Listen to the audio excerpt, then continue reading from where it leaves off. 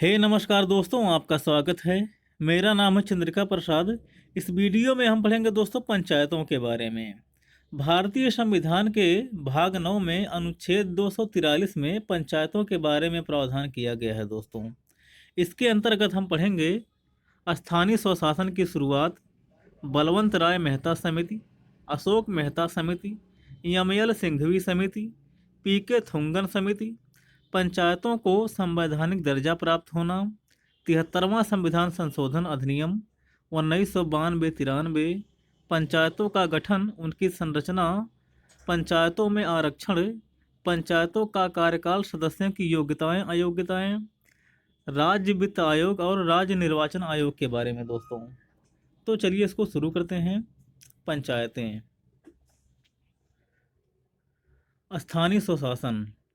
स्थानीय स्वशासन से तात्पर्य शासन की उस प्रणाली से है जिसमें निचले स्तर पर लोगों को भागीदार बनाकर लोकतांत्रिक विकेंद्रीकरण को सुनिश्चित किया जाता है तथा लोगों को अपनी समस्याओं को स्वयं हल करने के लिए सक्षम बनाया जाता है दोस्तों।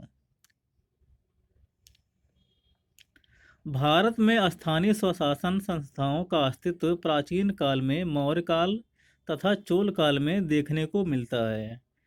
मध्यकाल में मुगलों के समय ये संस्थाएं अस्तित्व में रहीं।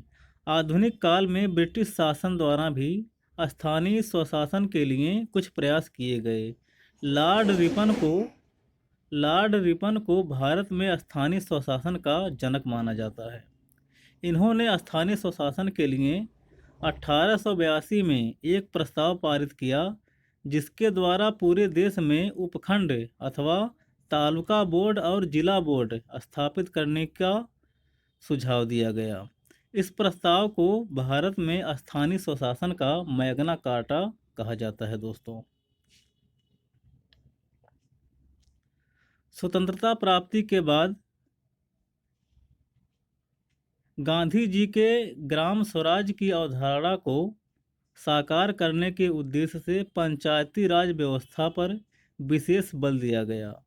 इसके लिए केंद्र सरकार में पंचायती राज एवं सामुदायिक विकास मंत्रालय की स्थापना की गई। यस के डे को इसका मंत्री बनाया गया दोस्तों। 2 अक्टूबर 1952 को तत्कालीन प्रधानमंत्री पंडित जवाहरलाल नेहरू की पहल पर सामुदायिक विकास कार्यक्रम को प्रारंभ किया गया। सामुदायिक विकास का पहला स्थापित कार्यक्रम राष्ट्रीय प्रसार सेवा था जो 1953 में शुरू किया गया।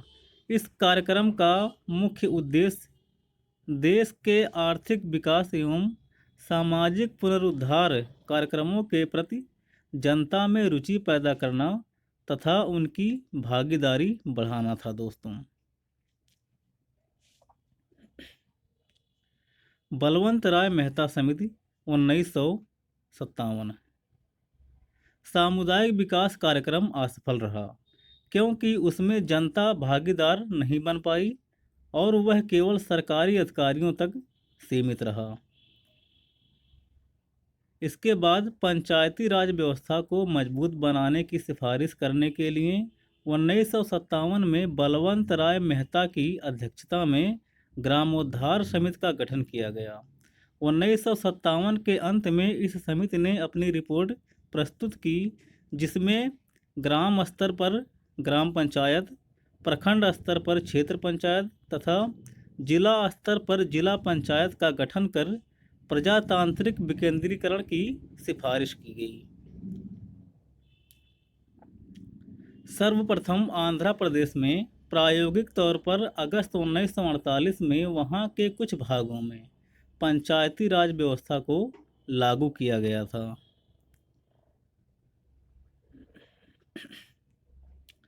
2 अक्टूबर 1959 ईस्वी को तत्कालीन प्रधानमंत्री पंडित जवाहरलाल नेहरू ने राजस्थान के नागौर जिले में पंचायती राज व्यवस्था की औपचारिक शुरुआत की और इसी दिन से इसे संपूर्ण राजस्थान में लागू कर दिया गया।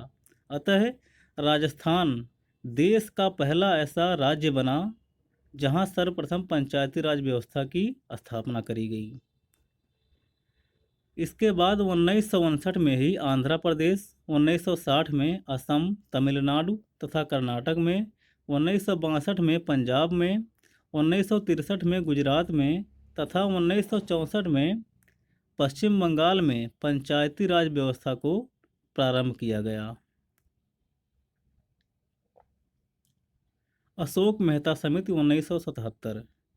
जनता पार्टी सरकार ने 1977 में व्यवस्था परिवर्तन के लिए अशोक मेहता समिति का गठन किया, जिसने स्वशासन के द्विस्तरीय सुझाव पेश किए, किंतु यह लागू नहीं हो सका। यम एल सिंघवी समिति 1986। 16 जून 1986 को डॉक्टर लक्ष्मी मल्ल सिंघवी की अध्यक्षता में ग्रामीण विकास विभाग, भारत सरकार द्वारा पंचायती राज प्रणाली के पुनरुद्धार के लिए एक समिति गठित की गई। इस समिति ने स्थानीय स्वशासन को संवैधानिक मान्यता प्रदान करने को कहा। पी.के. थुंगन समिति 1988। इस समिति ने पंचायती राज संस्थाओं की शक्तिशाली इस समिति ने पंचायती राज संस्थाओं का शक्तिशाली बनने के लिए उन्हें संवैधानिक दर्जा देने का सुझाव दिया। दोस्तों, महत्वपूर्ण तथ्य। 1989 में तत्कालीन प्रधानमंत्री श्री राजीव गांधी ने पंचायतों में सुधार व सशक्तिकरण में विशेष रुचि ली तथा सिंघवी और थुंगन समिति की सिफारिशों के आधार पर 64वां संविधान संशोधन विधेयक लोकसभा में प्रस्तुत किया। लोकसभा में यह तो पारित हो गया, लेकिन राज्यसभा द्वारा नामंजूर कर दिए जाने के कारण विधेयक समाप्त हो गया। इसके बाद प्रधानमंत्री बी.पी. नरसिम्हा राव द्वारा 73वां संविधान संशोधन विधेयक संसद में लाया गया, जिसे लोकसभा ने 22 दिसंबर 1992 को तथा राज्यसभा ने 23 दिसंबर 1992 को पारित कर दिया। 17 राज्यों की विधानसभाओं द्वारा अनुमोदित किए जाने पर 20 अप्रैल 1993 को राष्ट्रपति ने इस विधेयक पर अपनी स्वीकृति प्रदान कर दी और यह कानून बन गया और 24 अप्रैल 1993 से 73वां संविधान संशोधन विधेयक अधिनियम के रूप बन गया और पूरे देश में लागू कर दिया गया। दोस्तों,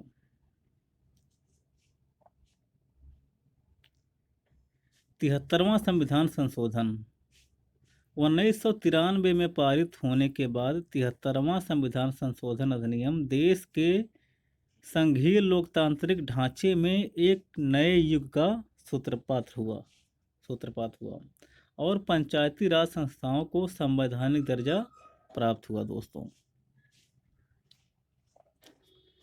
इस संविधान संशोधन द्वारा संविधान के भाग 9 को पुनः स्थापित कर 16 नए अनुच्छेदों और 11वीं अनुसूची जोड़ी गई। इसके द्वारा पंचायतों के गठन, संरचना, निर्वाचन, सदस्यों की योग्यता, पंचायतों की शक्तियां और उत्तरदायित्व आदि के लिए प्रावधान किए गए। 11वीं अनुसूची में कुल 29 विषयों का उल्लेख है, जिन पर पंचायतों को विधि बनाने की शक्ति प्रदान की गई है। दोस्तों, ग्राम सभा।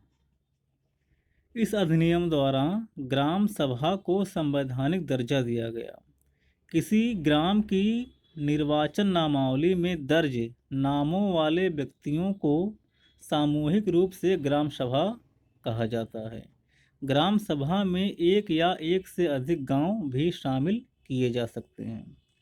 अनुच्छेद 243 के अनुसार ग्राम सभा गांव के स्तर पर ऐसी शक्तियों का प्रयोग और ऐसे कार्यों को करेगी जो राज्य विधानमंडल द्वारा उपबंधित करे।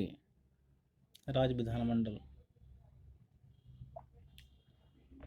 अनुच्छेद 243 खा पंचायतों का गठन। अनुच्छेद 243 खा में त्रिस्तरीय पंचायती राज व्यवस्था का प्रावधान किया गया है। ग्राम स्तर पर ग्राम पंचायत, प्रखंड स्तर पर क्षेत्र पंचायत तथा जिला स्तर पर जिला पंचायत। किंतु मध्यवर्ती स्तर पर पंचायत का गठन उस राज्य में नहीं किया जाएगा जिसकी जनसंख्या 20 लाख से कम है। पश्चिम बंगाल में 4 स्तरीय ग्राम पंचायत है दोस्तों। अनुच्छेद 243 गा पंचायतों की संरचना। अनुच्छेद 243 गा के तहत राज्य विधानमंडल को विधि द्वारा पंचायतों की संरचना के संबंध में उपबंध करने की शक्ति प्रदान की गई है। पंचायतों के सभी स्थान प्रादेशिक निर्वाचन क्षेत्रों से प्रत्यक्ष निर्वाचन द्वारा चुने गए प्रतिनिधियों द्वारा भरे जाएंगे। ग्राम पंचायत के अध्यक्ष का चुनाव राज्य द्वारा बनाई गई विधि के अनुसार तथा मध्यवर्ती व जिला पंचायतों के अध्यक्षों का चुनाव उसके निर्वाचित सदस्यों द्वारा अपने में से किया जाता है दोस्तों।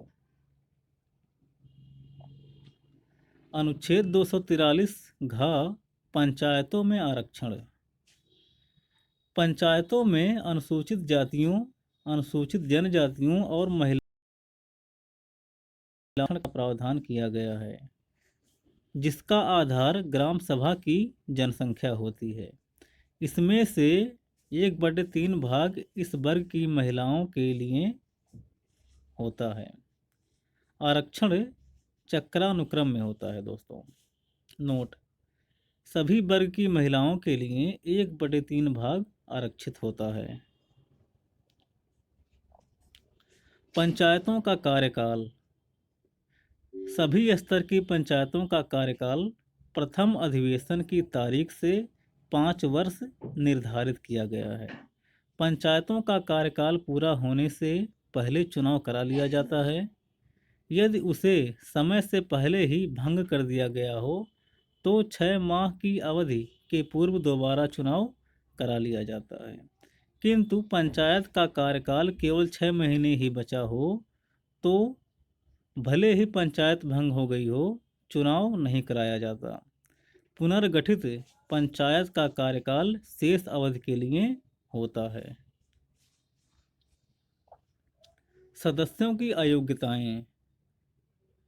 कोई व्यक्ति किसी पंचायत का सदस्य निर्वाचित होने या सदस्य बने रहने के लिए अयोग्य होगा इस कंडीशन में। नंबर 1, यदि वह प्रवृत्त विधि के अधीन संबंधित राज्य विधानमंडल के लिए निर्वाचित होने के अयोग्य हो। नंबर 2, 21 वर्ष से कम आयु होने पर। नंबर 3, यदि वह राज्य विधानमंडल द्वारा बनाई गई किसी विधि के अधीन अयोग्य हो।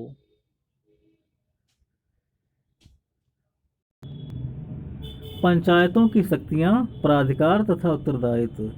विधानमंडल को यह शक्ति दी गई है कि वह पंचायतों को ऐसी शक्तियां और प्राधिकार दे जो उन्हें स्वायत्त शासन की संस्था के रूप में कार्य करने में समर्थ बनाने के लिए आवश्यक हो। जैसे नंबर 1, आर्थिक विकास और सामाजिक न्याय के लिए योजनाएं तैयार करना। नंबर 2, आर्थिक विकास और सामाजिक न्याय की स्कीमों को क्रियान्वित करना। नंबर 3, 11वीं अनुसूची में वर्णित विषय जैसे कृषि, भूमि विकास, लघु सिंचाई, पशुपालन, डेयरी उद्योग, कुक्कुट पालन, ग्रामीण आवास, पेयजल, सड़कें, पुलिया, पुल, ग्रामीण विद्युतीकरण, प्राथमिक और माध्यमिक शिक्षा, स्वास्थ्य, परिवार कल्याण, महिला एवं बाल विकास आदि। राज्य वित्त आयोग पंचायतों की वित्तीय स्थिति का पुनरावलोकन करने के लिए अनुच्छेद 243 झा के तहत एक वित्त आयोग के गठन का प्रावधान है। राज्यपाल प्रत्येक 5 वर्ष के लिए एक वित्त आयोग का गठन करता है जो राज्य और पंचायतों के बीच वित्तीय संबंध के लिए सेतु का कार्य करता है दोस्तों। राज्य निर्वाचन आयोग अनुच्छेद 243 टा के तहत एक राज्य निर्वाचन आयोग के गठन का प्रावधान किया गया है तथा उसे पंचायतों व नगर पालिकाओं के सभी निर्वाचनों के लिए निर्वाचन नामावली तैयार करने तथा निर्वाचनों के संचालन का अधीक्षण, निदेशन और नियंत्रण की शक्ति प्रदान की गई है। राज्य निर्वाचन आयोग में एक निर्वाचन आयुक्त होता है जो राज्यपाल द्वारा नियुक्त किया जाता है। राज्यपाल निर्वाचन आयुक्त की सेवा शर्तें तथा पदावधि राज्यपाल द्वारा निर्धारित किया जाता है। पंचायतों के निर्वाचन के संबंध में सभी विषयों पर विधि बनाने का अधिकार राज्य विधानमंडल को है और पंचायत के चुनाव का निर्णय राज्य सरकार द्वारा किया जाता है। भारत निर्वाचन आयोग की भांति राज्य निर्वाचन आयोग भी एक स्वतंत्र संवैधानिक निकाय है दोस्तों। तो इस तरह यह वीडियो यहीं समाप्त होती है। अब मिलेंगे अगली वीडियो में, तब तक के लिए जय हिंद दोस्तों।